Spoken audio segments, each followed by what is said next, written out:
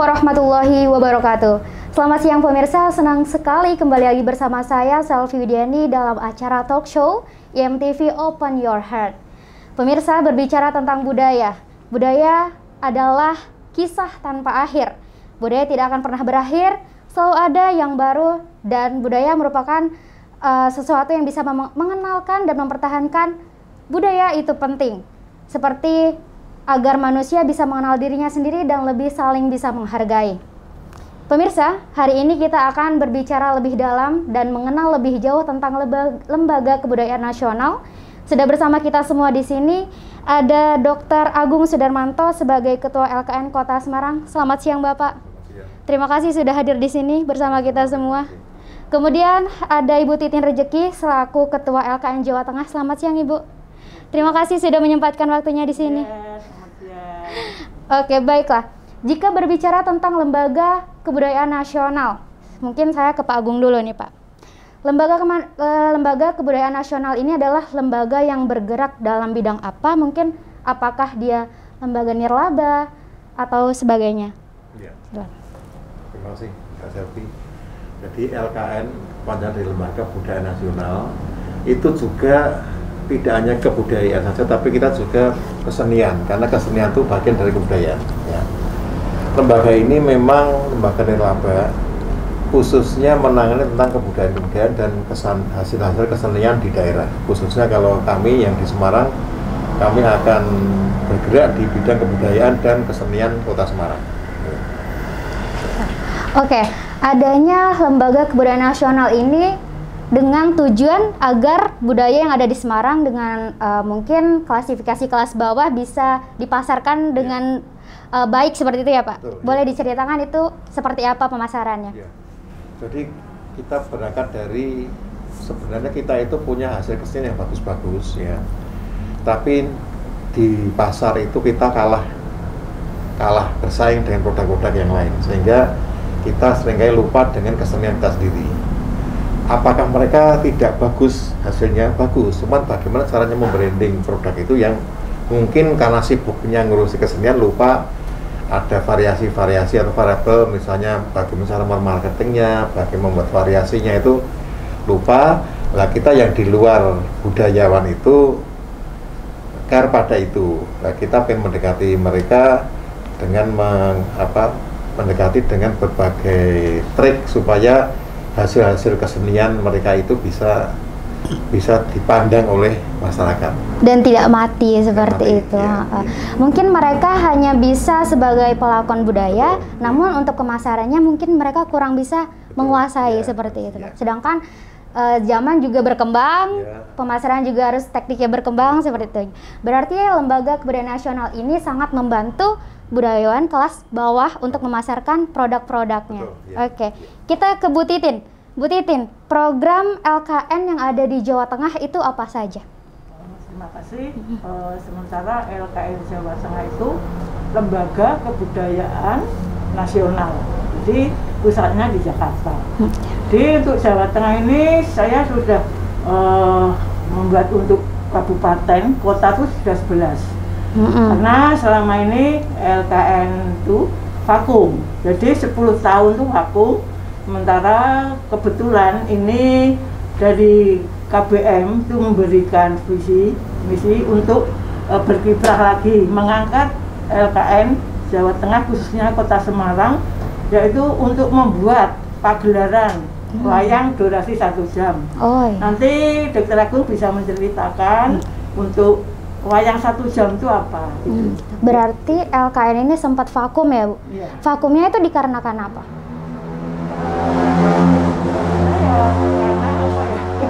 Apa mungkin selama pandemi? Ya, selama pandemi vakum kayak gitu Bu ya?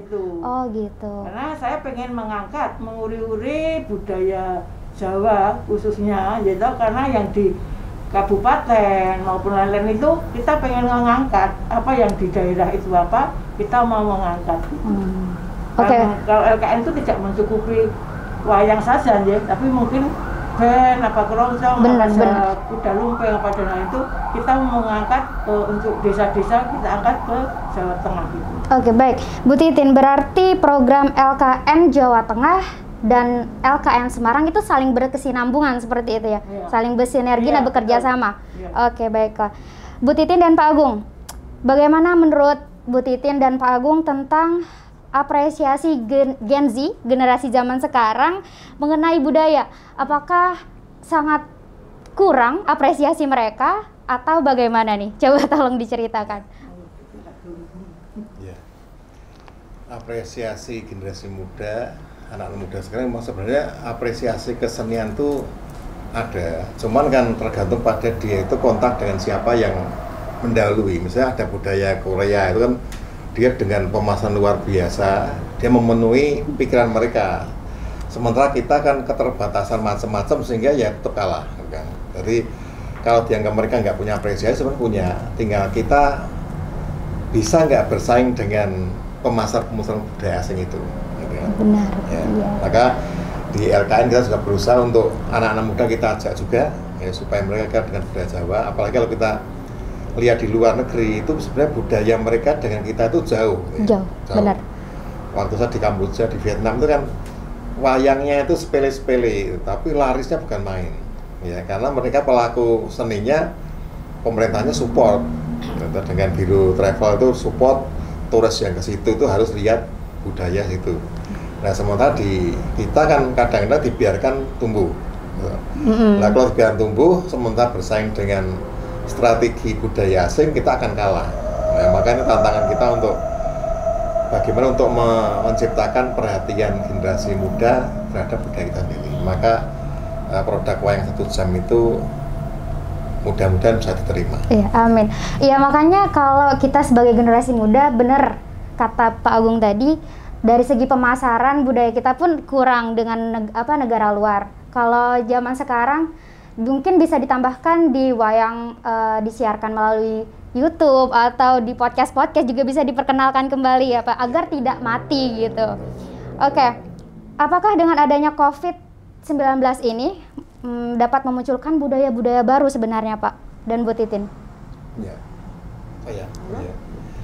ya sebenarnya pandemi itu memang di satu sisi menakutkan kita ya, tapi sebenarnya di sisi lain itu membuat kita itu sebenarnya kreatif, inovatif, efisiensi itu di situ ya. Yang tadinya kita mungkin boros berbudaya, sekarang mulai pakai berbasis teknologi IT dan sebagainya, memanfaatkan Zoom dan sebagainya. Akhirnya saya punya prediksi bahwa ini kelihatannya cara yang kuasa itu ya, mendidik masyarakat Indonesia bahwa kita dengan cara pandemi ini kreativitas muncul. Yang tadinya nggak mungkin bisa pakai Zoom, ternyata sekarang mulai familiar gitu ya. Iya, benar. Nah, bisa. Atau yang tadinya ada hambatan jarak, sekarang mulai bisa dilihat di rumah kan. Iya, benar. Nah, tinggal sekarang kita mengemasnya itu bisa enggak gitu. Bisa cerdas enggak? Kalau enggak ya teknologi ada tapi isinya biasa-biasa saja juga nggak bisa bagus. Maka ini tantangan. Tapi saya juga senang bahwa dengan pandemi ini orang mulai mikir kesehatannya, kita mikir efisiensinya, mikir pemasarannya. Nah itu kan akhirnya mungkin kunci suksesnya nanti di situ. Berarti kita harus memanfaatkan seoptimal mungkin kesempatan yang ada di masa pandemi. Nah, kan ini nanti bakalan ada wayang dalam durasi 1 jam. Nah, itu bakalan ada offline atau online? Mengingat kita sekarang COVID-nya masih ada, itu bakalan dikemas kayak gimana itu, Pak? Ya. Jadi pertama mungkin mengapa 1 jam dulu ya? 1 jam itu kan gini, ini dari diskusi kita dari LKN Kota dan Jawa Tengah. Ini kan kita ada audien ngeluh, anak-anak muda sekarang tidak suka wayang gitu kan. Orang tua juga nggak mau nonton wayang gitu kan. Nah, tapi kan bukan karena nggak suka, karena waktunya tidak ada gitu. Misalnya kalau waktu saya kecil itu nonton wayang sampai jam 2 malam itu bisa gitu. Sekarang nggak mungkin, anak-anak ada sekolah, terus orang tua sibuk mencari duit gitu kan. Turis nggak mungkin nonton wayang hanya di Indonesia, nonton wayang 6 jam nggak mungkin gitu. Nah, ini harus disiasati dengan memperpendek durasi gitu. Ya, apalagi saya pernah di Kamboja, Vietnam itu lihat itu ya, wayang setengah jam itu larisnya bukan main gitu kan. Pulang dari sana, cerita aku nonton wayang di sana, waktu wayang itu seandainya itu nggak ada kan saya nggak tahu ada wayang di sana. Nah, dari situ saya pembukaan dengan Bu Titin, gimana kalau kita sekarang mengemas dulu wayang durasi 1 jam, ya, biar nanti orang yang tidak ada waktu bisa nggak ada alasan lagi, ya. Anak-anak muda juga waktu 1 jam bisa menikmati. Turis misalnya dari objek wisata mau ke hotel diliwatkan situ dulu 1 jam nonton dan senang juga. Dia pulang pasti, aku nonton wayang di Indonesia ada wayang gitu kan. Nah, itu mungkin bisa menghidupi seniman-seniman wayang di Semarang. Meskipun habis itu harus ada improve yang lain, misalnya souvenir wayang apa, itu kan belum pernah ada ya. Tapi kita nanti next-nya itu ada situ. Nanti setelah wayang ada, mungkin penonton bisa mencoba gamelannya sebentar, nanti ada eksperimen marketing, nanti ada souvenir Semarang. Kan nggak ada souvenir Semarang, kan bingung. Orang sudah sampai Semarang, pulang souvenir Semarang apa yang nggak ada, kan nggak ada. Yeah. Nah, nanti next time kita akan improve itu, sehingga tujuan kita itu menambah variasi kehidupan teman-teman seniman. Baik, kita ke Bu Titin. Bu Titin, kalau untuk program LKN Jawa Tengah itu sudah berjalan hampir semuanya atau belum? Sudah lama aja untuk LKN Jawa Tengah itu, karena apa aja, kita mencari figur seorang seniman itu kan suka juga.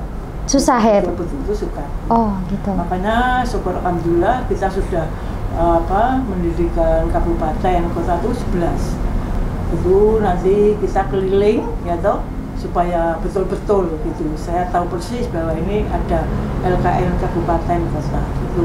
Dan sementara untuk LKN Kota Semarang, saya berterima kasih sekali karena sudah mau mementaskan pagelaran 1 jam durasi. Kami mohon untuk untuk Provinsi Jawa Tengah, khususnya Dinas Pariwisata mendukung, gitu, supaya merangkul orang-orang seni ini untuk mengangkat gitu. Gitu. Oke, baiklah. Untuk menjalankan program LKN itu sendiri, apa sih kesusahan-kesusahan di masa sekarang? Apalagi sekarang kan pandemi juga, harus jaga jarak juga, social distancing dan lain-lain sebagainya. Itu bagaimana, Bu? Kelemahan, kekurangannya kayak gitu?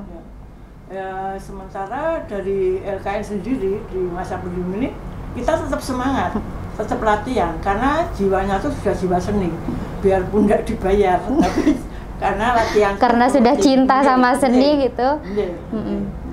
Ini berkat apa aja DPD Kota Semarang itu yang megang ahli seni, ahli band dan lain-lain. Semoga aja Pak Dr. Agung ini bisa mengangkat segalanya seni gitu. Nah, ini yang menarik. Out of the box, agak keluar dari tema, tapi saya tertarik banget untuk menanyakan ini kepada Bapak Agung. Dr. Agung Sudarmanto, gelarnya dokter tapi berkecimpung dalam dunia seni ini bagaimana Pak Agung? Tolong diceritakan. Saya nggak tahu juga. Tapi ya mungkin gini, sebenarnya saya kecil itu saya terus senang gamelan gitu. SMP senang gamelan, terus SMA itu ngeband. Terus mahasiswa itu memang saya tinggalkan karena saya kayak LSM ya. Dulu waktu udah kan lu dikritik mahasiswa udah terus saya tinggalkan. Terus setelah lulus kok kelihatannya terpanggil lagi ya. Memang waktu terpanggilnya itu saya pertama bikin band metal dulu ya. Terus sudah berkembang, terus kita bikin band Beatles itu juga masih bertanggung. Terus ngumpulkan dokter-dokter supaya senang nyanyi itu kan. Terus nulis di Quran juga tentang kesenian, terus ketemu Bu Titin perlu ada orang yang nge-touch masalah budaya dan kesenian. Nah, terus saya divita kompli ya. Kamu mau nggak? Jadi ya mengapa tidak kita coba dulu ya. Karena apalagi saya melihat kalau di band dan sebagainya itu kesian ya. Misalnya pemain band di kafe itu dibayar 300.000 ya.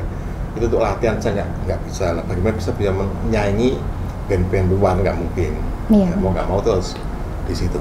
Nah, ya saya juga pemain musik ya, bikin lagu, yang jual lagu juga. Iya benar.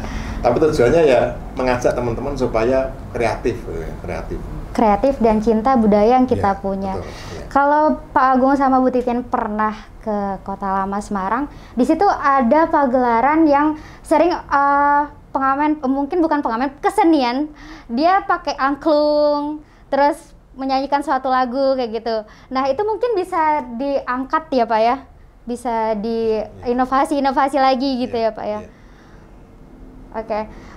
Kalau Bu Titin sendiri, Ibu Titin emang berkecimpung dalam dunia seni ya, udah basicnya di seni gitu ya? Iya. Karena terpanggil jiwa seni itu dari orang tua. Dari orang tua? Gitu, ya, dari orang tua almarhum, terus yang meneruskan saya gitu. Jadi sudah berapa lama? Sudah lama sekali berkecimpung. Karena umur saya sudah 67 tahun. Sudah 67 tahun. Tapi saya semangat untuk apa ya, mengangkat seni-seni ini, mengajak teman-teman, anak-anak muda, yuk kita giat seni gitu. Kita buat program untuk agenda seperti di Jogja itu toh, masal itu kita sudah kepengen nanti bersama Dr. Agung untuk tarian masal gitu. Benar, wah bagus sekali, keren sekali. Untuk generasi muda zaman sekarang jangan mau kalah dengan semangatnya Bu Titin dan Pak Agung untuk melestarikan budaya yang kita punya.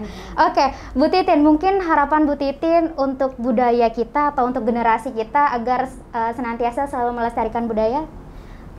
Nah, harapan saya sebagai Ketua LKN Jawa Tengah maupun pribadi, ayo anak-anak muda kita nguri-uri budaya Jawa Tengah, khususnya itu tinggalan nenek moyang kita, gitu. Kita mulai dari sekolah, gitu, budi pekerti, terus lingkungan, gitu. Terus untuk semuanya harus tahu semuanya untuk kedepannya, ya kita harus karena gubernur kita cinta dengan kesenian Jawa. Oke, baiklah. Kalau untuk Pak Agung sendiri harapannya bagaimana Pak Agung? Harapannya banyak ya. Pertama harus ada keseniannya, harus ada kebudayaan. Sekarang budaya masyarakat kan banyak yang dicipir ya, misalnya unggah-ungguh, etika sebagainya, itu termasuk bagian yang akan kegotong royongan, itu juga termasuk bagian yang akan ditouch LKN. Jadi kita akan membuat kegiatan diskusi rutin bulanan, itu juga selain marketing juga latihan workshop, terus membahas tentang kebudayaan, interpretasi budaya asing, itu juga termasuk diskusi. Jadi tidak hanya kesenian saja, tapi budaya juga kita bahas di situ. Closing statement dari Pak Agung dan juga Bu Titin mengenai program LKN Jawa Tengah dan LKN Kota Semarang, mungkin dari Pak Agung dulu, silakan Pak Agung. Ya. Jadi masalah budaya kesenian itu hal yang sulit sebenarnya. Tapi kalau kita itu bersama-sama memikirkan kebudayaan kita, kesenian kita, bergotong royong, ya saling membantu, mungkin kebudayaan atau kesenian yang kita impikan akan bangkit itu semakin gampang. Ya. Tapi memang terus terang untuk membangkitkan perlu usaha keras, usaha cerdas, usaha kreatif, memanfaatkan segala teknologi termasuk hari ini ya. Ini juga termasuk cara untuk memasyarakatkan, memberi kesadaran pada masyarakat perlunya kesenian dan kebudayaan. Katanya kalau orang tidak tahu kebudayaan dia akan mati. Jadi kesempatan kita supaya kita bangkit di era pandemi, termasuk nanti wayang 1 jam itu kita juga siarkan virtual ya, virtual 1 jam dan pagi hari, supaya teman-teman yang tidak bisa melek malam bisa nonton juga ya, nanti juga di YouTube dan di YouTube juga ya. Jadi siaran itu nanti juga akan disiarkan di YouTube. Jadi silakan digali, monggo bergabung dengan LKM atau paling tidak membuat lembaga kebudayaan sehingga kebudayaan kita itu hidup. Dan jangan sampai kita hidup di dalam kebudayaan orang lain, itu kan nggak nikmat kan. Itu mungkin dari kami. Oke, mari kita saksikan, mari kita sukseskan wayang dalam durasi 1 jam gitu ya Pak. Kalau untuk Bu Titin, silakan.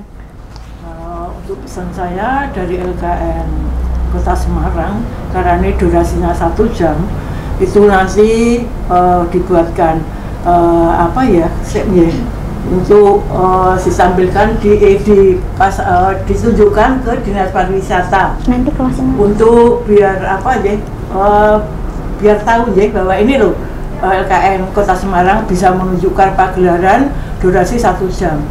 Itu biar nanti Dinas Pariwisata menginginkan ya, nanti mungkin dinas-dinas lain juga menginginkan, karena durasi ini 1 jam. Yang sulit ini wayang pagelaran 1 jam gitu. Karena apa, 1 jam itu nanti biar turis-turis tuh lihat sini, lihat sana. Oke gitu. Oke. Jangan lupa kita saksikan pagelaran wayang durasi 1 jam ini juga ada di virtual melalui Zoom, juga ada di YouTube channel juga. Nanti jangan lupa kita selalu support dan selalu dukung terus kayak kebudayaan-kebudayaan kita agar tidak luntur kayak gitu, agar tidak hilang, ketinggalan temakan oleh zaman kayak gitu.